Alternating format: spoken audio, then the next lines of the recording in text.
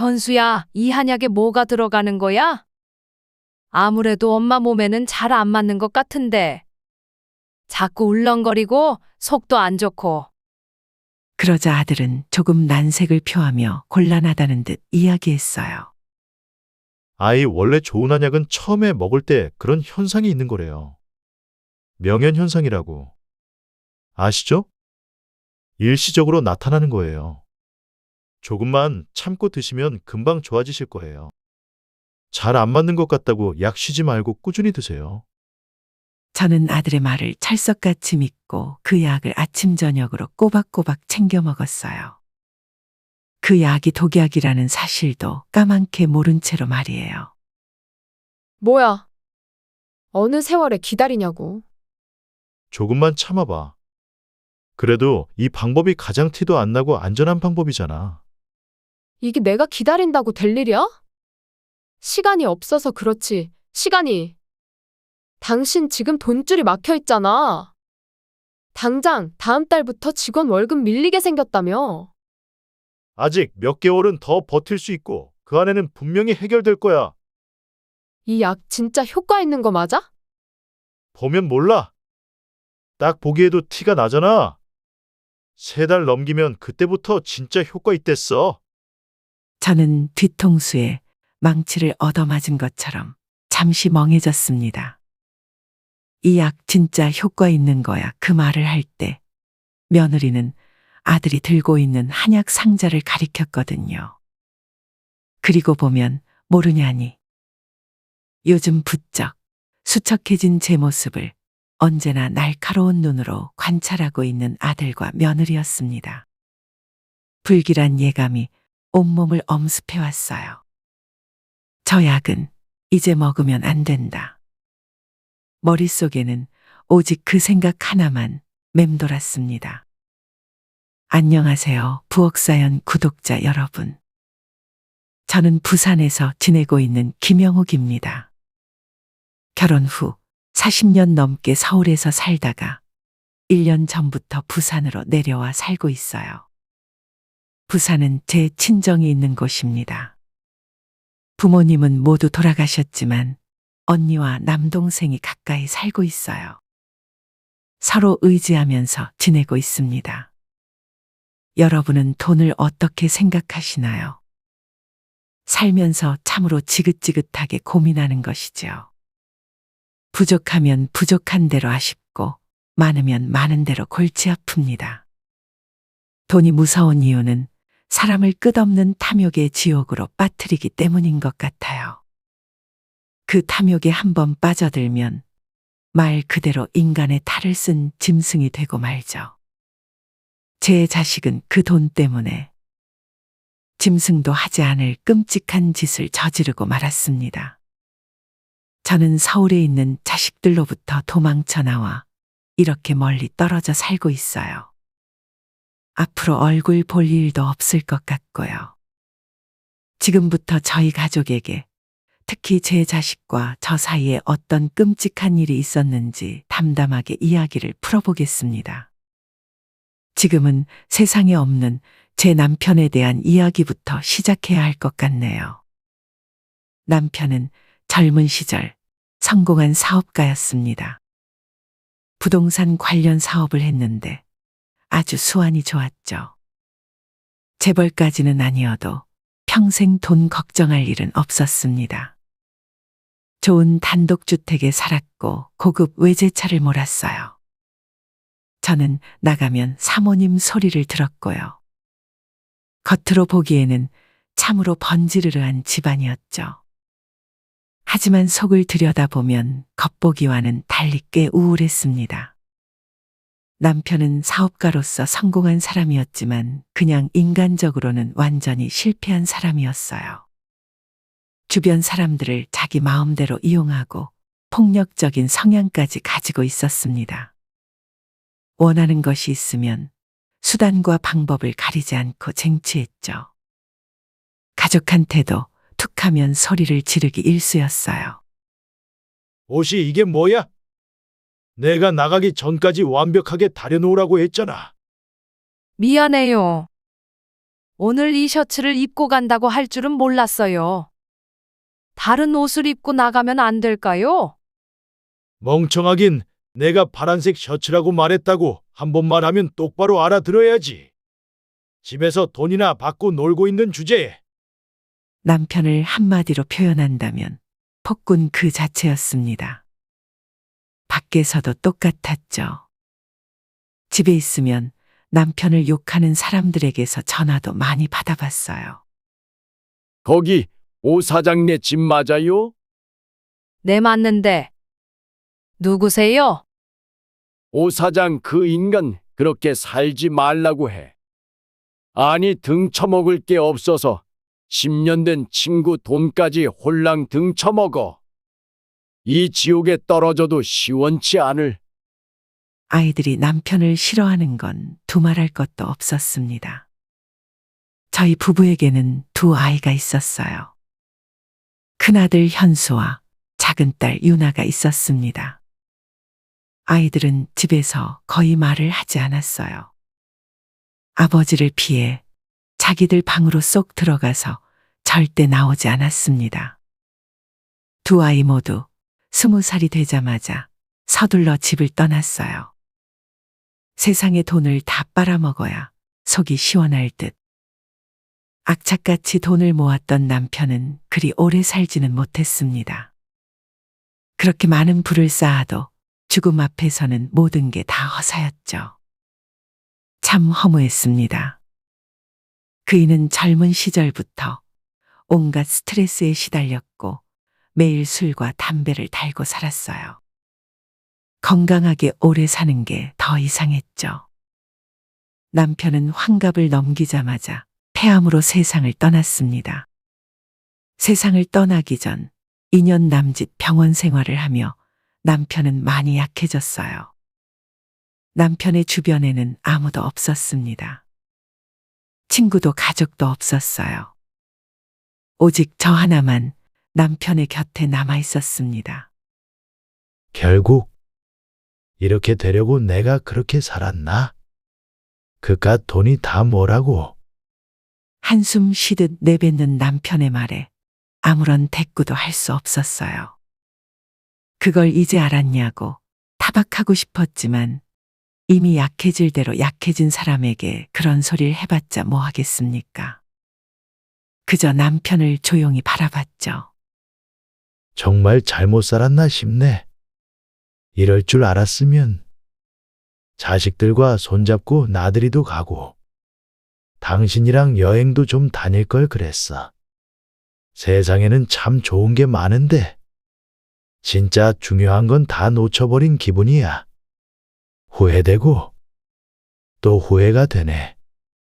여보, 몸이 좀 나아지면 그때 하나씩 해보면 되지. 너무 마음 약한 소리 말아요. 내 몸은 내가 잘 알아. 나는 아마 병원을 나가기 힘들 것 같네. 나 만나서 당신이 고생만 했는데 참으로 미안하고 또 미안하네. 그리고 고마워. 한평생 강철같이 단단했던 남편이었습니다. 하지만 이제는 살이 모두 빠져 뼈만 앙상하게 남은 모습으로 눈물 짓고 있었죠. 살면서 미운 날도 참 많은 남편이었지만 그래도 평생 살을 맞대고 의지해온 사람이었습니다. 진심으로 남편이 병을 털고 일어나길 바랐지만 남편은 그 해를 넘기지 못하고 세상을 떠나고 말았어요. 남편의 장례식에는 그리 많은 사람이 오지는 않았습니다. 그래도 성공한 사업가의 장례식에는 사람이 북적이기 마련인데 저희 식장은 설렁하기만 했죠. 자식들 역시 시큰둥한 표정으로 장례식에 앉아 있었습니다. 그곳에서 서럽게 눈물 흘리는 사람은 오직 저뿐이었어요. 남편은 마지막으로 저에게 작은 건물 한 채와 집 한 채 그리고 경기도에 있는 땅을 증여해 줬습니다. 남은 여생을 편안하게 지내기에 충분한 재산이었죠. 자식들도 자신의 몫을 챙겼고요. 모두 적지 않은 앞으로 살기에 충분한 재산들이었습니다. 남편이 떠난 후 10년의 세월이 무상하게 흘렀습니다. 그 사이 자식들은 1년에 한 번이나 얼굴을 비쳤을까요? 아니, 1년에 연락이나 한 번 할까 말까였어요. 재산도 받을 만큼 받았겠다. 저에게는 관심 없었죠. 그 세월이 참 쓸쓸했습니다. 저라고 왜 자식이 그립지 않았겠어요. 아이들이 갓난쟁이던 시절부터 초등학교를 들어가고 고등학교를 졸업하고 제 품에 있던 모든 시간들이 애틋했죠. 하지만 이 어미의 사랑을 자식들은 알지 못했습니다. 아이들의 기억의 가족은 불편한 존재로만 자리 잡고 있었죠. 그런 아이들이 원망스럽진 않았습니다. 저희 가정이 삭막한 분위기였던 건 사실이었으니까요. 남편과 마찬가지로 저도 자꾸만 멀어지는 아이들을 더 따뜻하게 잡지 못했던 지난날을 후회하고 있었습니다. 서로 남인 듯 가족인 듯 그렇게 사는 동안 큰 사건이 하나 생겼습니다. 바로 남편이 저에게 증여해준 땅이 크게 폭등을 한 것이었어요. 부동산과 관련된 사업을 하던 남편은 남들이 모르는 알짜배기 정보를 많이 알고 있었습니다. 그래서 언젠가 가격이 오를 금싸라기 땅을 구매해 둔 것이었죠. 5억이던 땅의 가치는 신도시 부지로 선정되면서 50억으로 훌쩍 뛰어올랐습니다. 그때부터였어요. 발길을 뚝 끊었던 아이들이 다시 찾아오기 시작했습니다. 아이들 귀에도 제 땅에 대한 소식이 들어갔던 것이죠. 그 땅을 욕심내는 아이들의 속셈을 알면서도 참으로 오랜만에 얼굴을 비춘 아이들이 반갑기만 했습니다. 하지만 오랜만에 찾아온 아이들은 제 기대와는 달리 차가웠죠. 찾아온 목적이 뚜렷했거든요. 분명한 건 가족 간의 정을 기대하고 찾아오지는 않았다는 것입니다. 엄마, 경기도 그 땅 계속 가지고 계실 거예요? 엄마가 그런 큰 자산을 가지고 있으면 뭐해요? 그냥 빨리 자식들한테 줘야 가지 있겠으지. 그런 거 가지고만 있으면 손해예요. 맞아요. 아끼다 똥 된다는 말도 있잖아요. 그거 나랑 오빠한테 나눠주면 우리가 알뜰살뜰 잘 쓸 수 있어요. 아들과 딸의 말에 실망을 감출 수 없었어요. 아이들에 대하여 잠깐 이야기하자면 큰아들은 자신이 그렇게 싫어하던 자기 아버지와 똑 닮은 성격이었습니다. 제 아빠처럼 사업을 하는데 이기적이고 공격적이었죠. 가져야 하는 건 수단과 방법을 가리지 않고 손에 넣었습니다. 작은 딸은 좋게 말하면 여유로운 성격이었어요. 하지만 솔직하게 표현하면 게으르고 사치스러웠죠. 두 아이 모두 어린 시절부터 큰 노력 없이 넉넉한 재산을 누리던 성격이 고스란히 몸에 배어 있었습니다. 저와 남편이 결코 자랑스러운 부부라고 할 수는 없겠지만 그런 자식들을 보면 참 안타까웠어요. 아들과 딸은 모두 사정이 어려운 편도 아니었습니다. 그 땅을 지금 받을 이유가 없었죠. 저는 아이들의 제안을 거절했습니다. 순식간에 표정이 싸늘하게 식은 자식들. 그 아이들에게 가족 간의 정을 기대했던 제가 어리석었다는 생각이 들었어요. 그 후 큰아들은 끈질기게 저희 집에 찾아왔습니다. 어느 날은 살살 달래듯 말했고 또 다른 날은 협박을 하듯 윽박질렀어요. 참 답답하시네요. 엄마가 뭘 안다고 그 땅을 가지고 계신다고 하는 거예요. 그 땅이 가지고 있는 가치가 얼마나 큰 줄 알아요? 왜 바보같이 그 귀한 땅을 그냥 놀리냐고요. 건물을 짓던지 상가를 만들던지. 그 땅에 사업을 하면 50억이 아니라 100억도 더 벌 텐데. 잘 모르시면 그냥 저한테 빨리 넘기시라고요.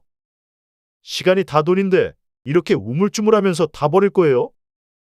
아들의 말투는 남편이 젊은 시절 하던 말투와 똑같았죠. 저런 건 가르치지 않아도 어떻게 그렇게 똑같이 배우는지 모를 일이었습니다. 저는 조용히 고개를 가로저었어요. 네 사업은 지금 충분히 잘 되고 있잖아. 뭘 자꾸 더 하려고 그래? 그리고 나는 이 땅으로 100억 벌 생각은 없어. 나중에 필요한 일이 생기면 그때 쓸 거야. 필요한 일이라고요? 참나. 엄마가 앞으로 돈 필요한 일이 뭐가 있겠어요? 나이도 칠순이 다 되어 가시는데. 돈 생각은 접고 늙어서 편안하게 살 생각을 하셔야지. 매주 찾아오는 아들과 입씨름을 하는 건 참 고역이었어요. 하지만 저는 흔들리지 않았습니다. 왠지 그 땅을 덜컥 자식들에게 넘기면 안 될 것 같은 예감이 들었거든요. 6개월이 지나도 제 태도에 변함이 없자 한동안 아들은 제 집에 발길을 끊었습니다. 시원하기도 하고 섭섭하기도 했어요. 그런데 방법을 바꾼 것인지 다시 아들이 방문하기 시작했습니다.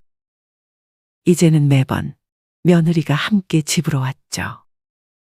아이들은 땅 이야기는 입 밖에도 꺼내지 않았습니다. 그저 같이 밥을 먹으러 가자, 가까운 공원으로 꽃구경을 가자. 그렇게 저에게 살갑게 굴었죠. 저는 어안이 벙벙했습니다. 솔직히 아이들에게 따로 속셈이 있다는 걸 모르진 않았어요. 긴장을 늦추고 싶지는 않았지만 그래도 그동안 외롭게 보낸 시간이 워낙 길어서 그랬는지 저는 아들내외에게 서서히 마음을 열기 시작했습니다. 게다가 아들도 며느리도 땅 이야기는 입도 뻥긋하지 않으니 한편으로는 안심을 하기도 했죠. 그러던 어느 날 아들과 며느리가 차에서 묵직한 종이상자 1개를 가지고 내렸습니다. 겉에는 무슨 한의원이라고 적혀 있었어요. 열어보니 새카만 한약이 한가득 들어 있었습니다.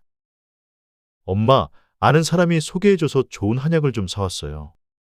어머니, 어르신들한테 정말 좋은 약재만 골라서 다렸어요. 특히 독소를 빼는데 그렇게 좋다네요. 며느리가 밝게 웃으며 말했습니다. 조금 쓰긴 해도 몸에 좋은 거니까 꼭 챙겨 드세요. 아이고, 뭘 이런 걸 다 사왔어? 고마워서 어쩌니? 많이 비싼 거 아니야? 비싸긴요. 이 정도야 진작에 챙겼어야 하는데. 너무 늦게 챙겨서 죄송할 뿐이죠. 이거 매일 잊지 말고 아침 저녁으로 챙겨 드세요. 식후에 드시면 된대요. 사근사근한 며느리의 말에 저는 마음이 다 녹아나는 것 같았어요. 얼마나 고맙고 기특했는지 모릅니다. 하지만 그것도 잠시. 한약이 제 체질에 맞지 않은지 그 약을 먹은 후로 소화가 잘 안 되었어요. 배가 아픈 날이 많았고 가만히 있어도 식은땀이 났습니다. 한약을 먹은 직후에는 울렁거리는 느낌도 있었죠. 저는 아들에게 이야기했습니다. 현수야, 이 한약에 뭐가 들어가는 거야? 아무래도 엄마 몸에는 잘 안 맞는 것 같은데. 자꾸 울렁거리고 속도 안 좋고. 그러자 아들은 조금 난색을 표하며 곤란하다는 듯 이야기했어요. 아이, 원래 좋은 한약은 처음에 먹을 때 그런 현상이 있는 거래요. 명현현상이라고. 아시죠? 일시적으로 나타나는 거예요. 조금만 참고 드시면 금방 좋아지실 거예요. 잘 안 맞는 것 같다고 약 쉬지 말고 꾸준히 드세요. 저는 아들의 말을 찰석같이 믿고 그 약을 아침 저녁으로 꼬박꼬박 챙겨 먹었어요. 그 약이 독약이라는 사실도 까맣게 모른 채로 말이에요.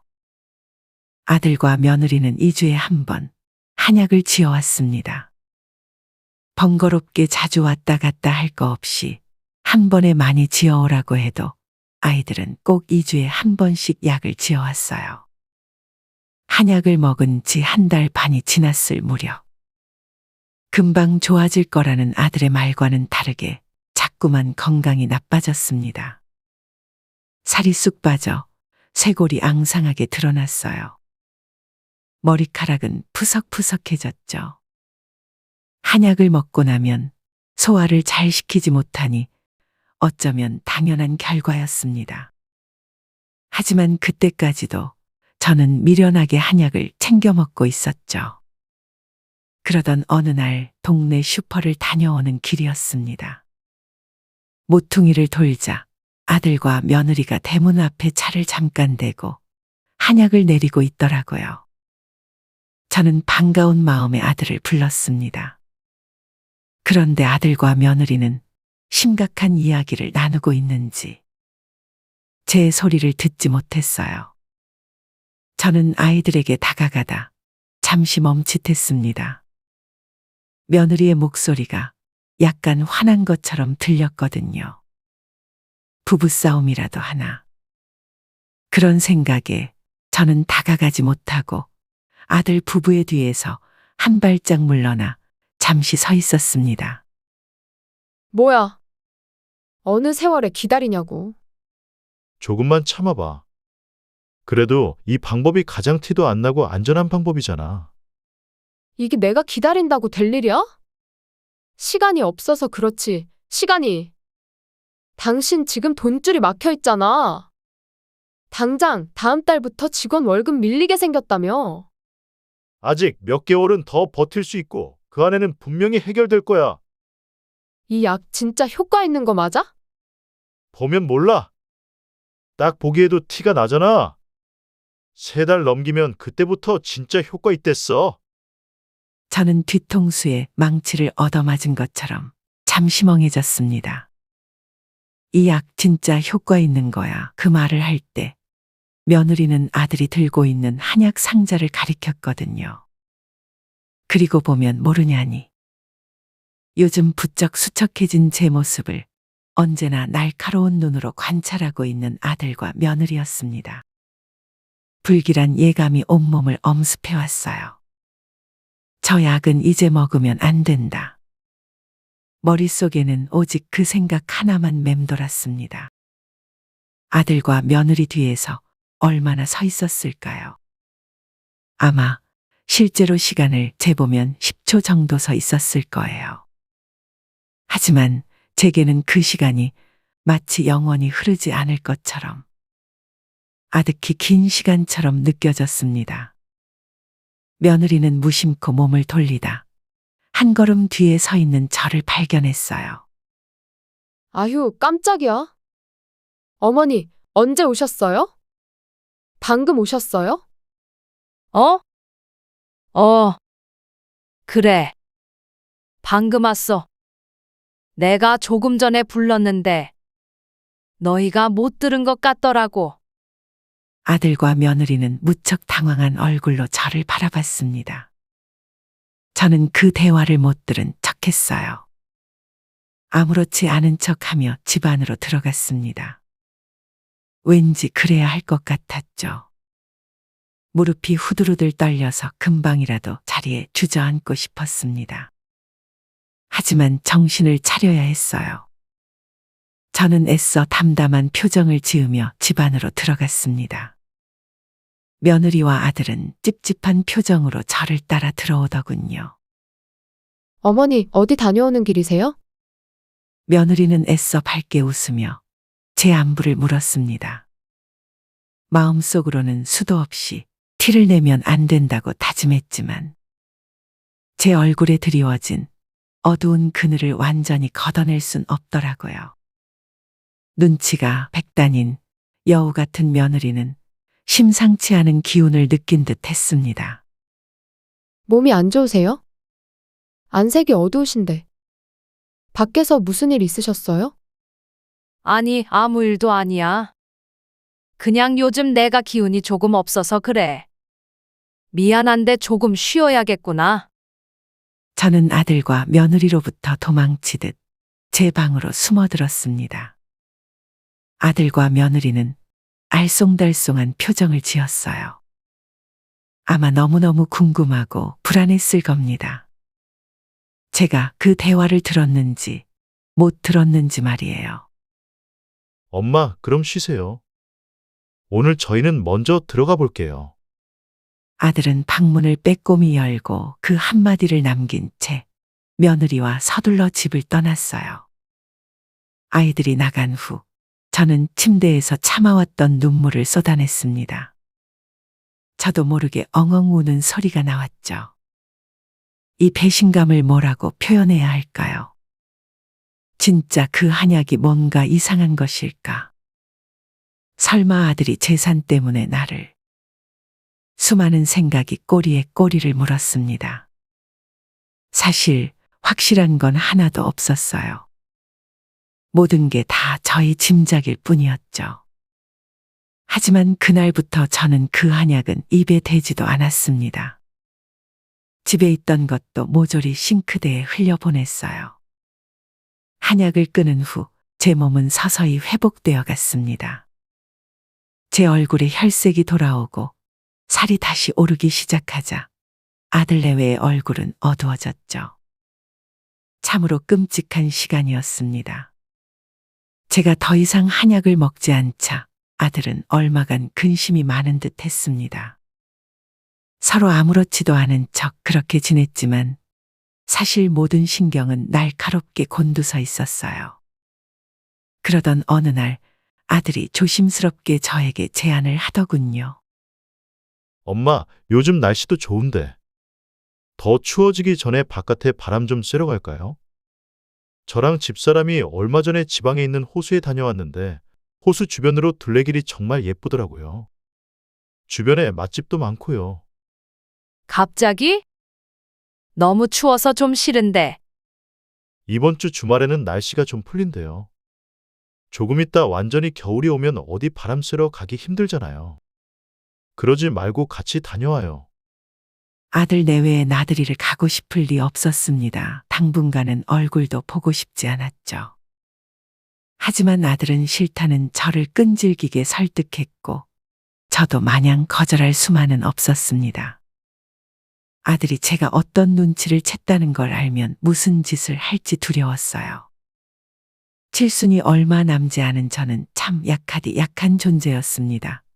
주변에 뭐라고 하며 도움을 청할지도 몰랐고요. 그래. 정 그렇다면 잠깐만 바람 쐬고 오자.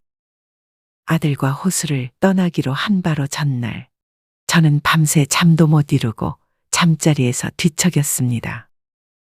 잠깐 잠이 들더라도 식은 땀을 흘리며 눈이 번쩍 떠졌죠.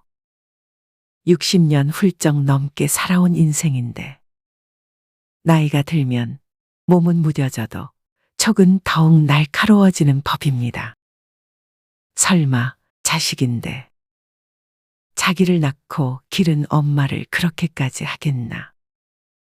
애써 아들의 음흉한 속내를 외면하며 자신을 다독였습니다. 사실 한약도 의심일 뿐이잖아요. 그저 제가 쓸데없는 걱정을 하는 것일 수도 있다고. 그리고 그런 거라면 좋겠다고. 밤새 잠을 이루지 못한 저는 그런 생각을 하고 또 했습니다. 다음 날 아들 내외는 밝은 얼굴로 저를 찾아왔어요. 아들이 가자고 한 호수는 지방에 있어서 3시간이나 차를 타고 갔어야 했습니다. 그래도 바깥바람을 쐬니 한결 기분이 나았어요. 그리고 여전히 넉살 좋은 아들과 사근사근한 며느리를 바라보며 이 모든 게 늙은 저희 미련한 걱정이라고 그런 생각을 하기도 했고요.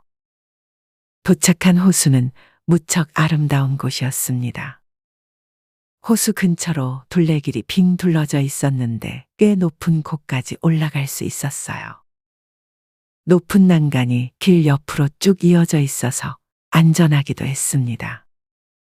그렇게 1시간가량 걸었을까요? 엄마, 여기에 서보세요.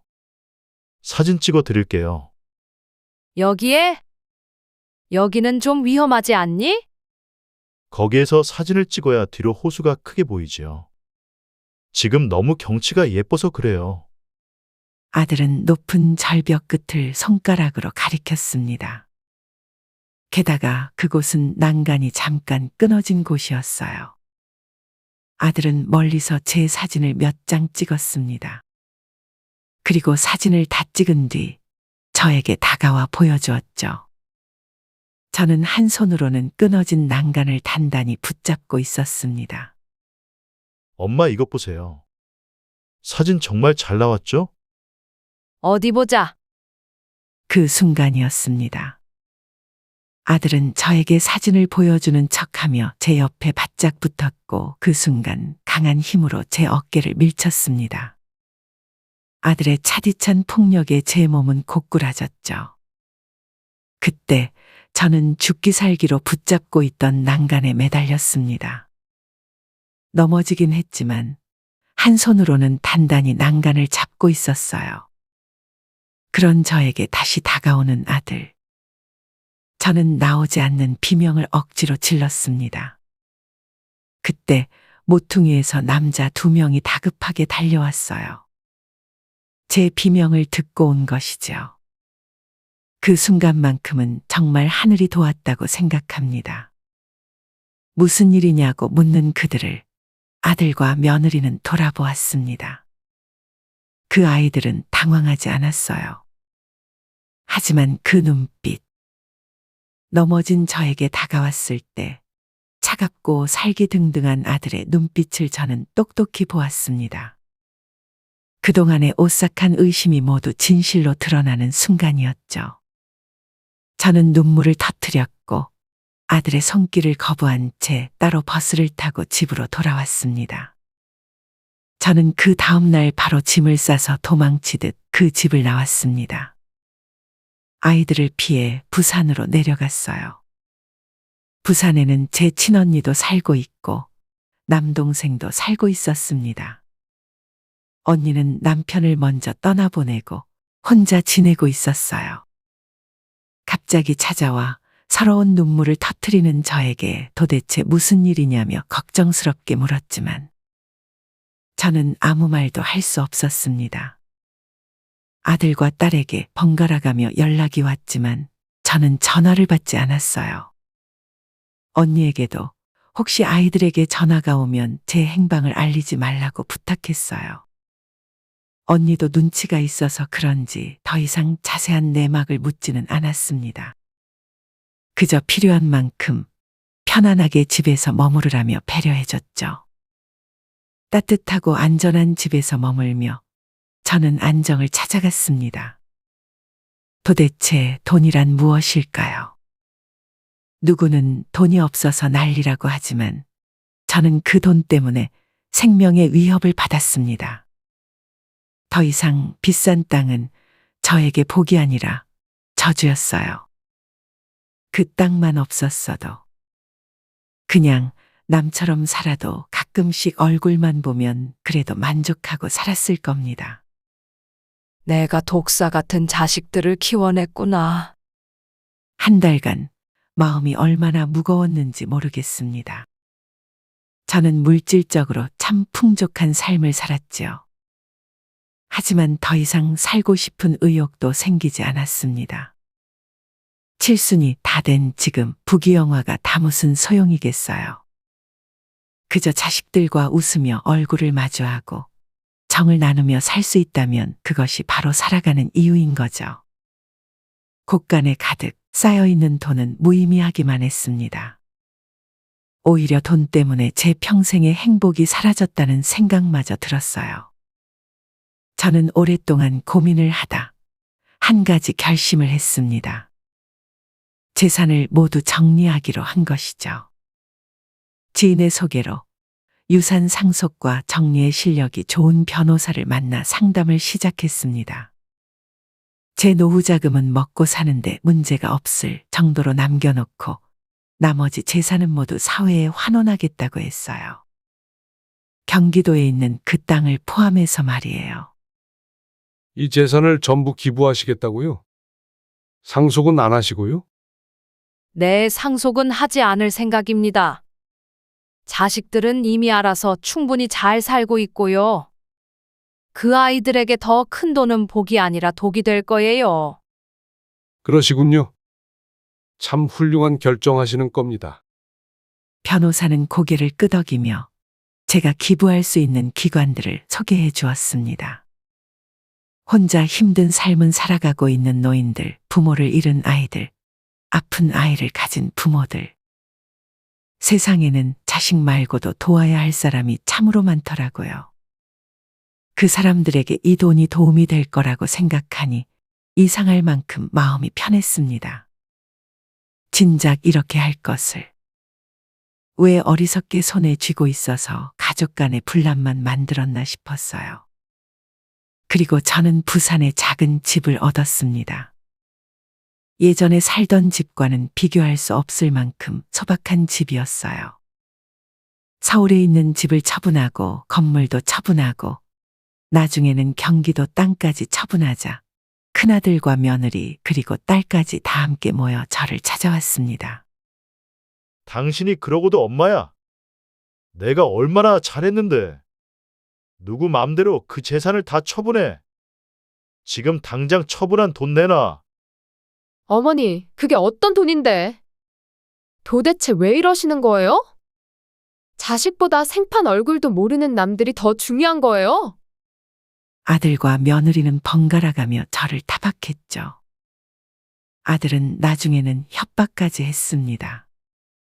자식 인생 다 망쳐놓고 혼자 잘 먹고 잘 살 줄 알아? 그럴 줄 알았다면 착각이야. 내가 죽을 때까지 쫓아다니면서 평생 괴롭힐 거라고? 그러기 싫으면 지금 당장 10억이라도 내놔. 잔뜩 흥분한 그는 집에 있는 화분까지 던지며 저를 협박했습니다. 딸도 거들었어요. 엄마, 진짜 사람이 어떻게 그래? 왜 아빠가 남겨준 재산을 마음대로 처리하냐고요.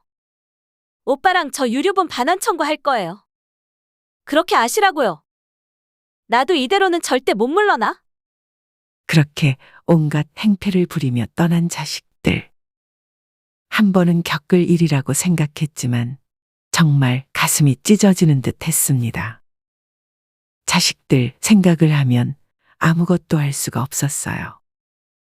그저 멍하게 허공만 쳐다보았죠. 아이들은 정말 유류분 반환 청구 소송을 걸려고 했지만 기각당했습니다. 근거 자체가 빈약했던 말도 안 되는 소송이었죠.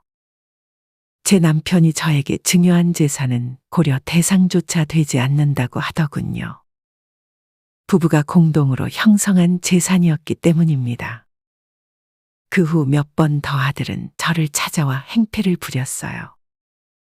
저는 언니의 도움을 받아 한 번 더 이사를 가야만 했습니다. 이번에는 제 명의가 아닌 언니 명의로 집을 구했죠. 그리고 아이들에게는 이사 소식을 알리지 않았고요. 죽을 때까지 자식 얼굴을 보고 싶지 않았습니다. 이 얼마나 피눈물이 나는 현실인가요? 모든 게 정리되기까지 약 1년이라는 긴 시간이 걸렸습니다. 이제서야 저는 다시 평안한 일상을 보내고 있어요.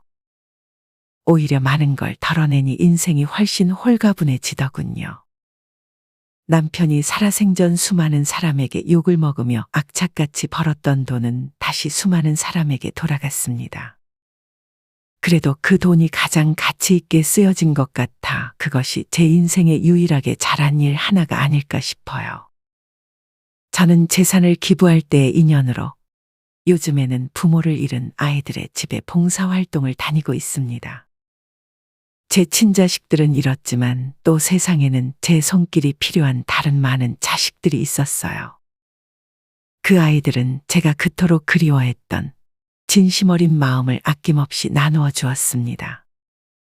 몸이 움직이는 그날까지 아이들 돌보는 일을 쭉 이어나갈 계획이에요. 여러분, 오늘 제 사연은 여기까지입니다. 참 씁쓸하고 어두운 이야기죠. 저의 사연이 어떤 사람들에게는 작은 울림이 되었으면 좋겠습니다. 여러분의 가정은 평안하길 진심으로 바라요. 그럼 오늘도 건강하고 행복한 하루 보내세요. 오늘 사연 어떻게 들으셨나요? 이번 이야기가 구독자 분들에게 따뜻한 위로가 되었으면 좋겠습니다. 느끼신 점이 있다면 댓글로 허심탄회하게 의견을 나눠주세요. 부엌사연은 여러분의 구독과 좋아요 그리고 댓글로 유지됩니다. 앞으로 더 좋은 사연으로 찾아뵐 수 있도록 많은 도움을 부탁드려요. 감사합니다.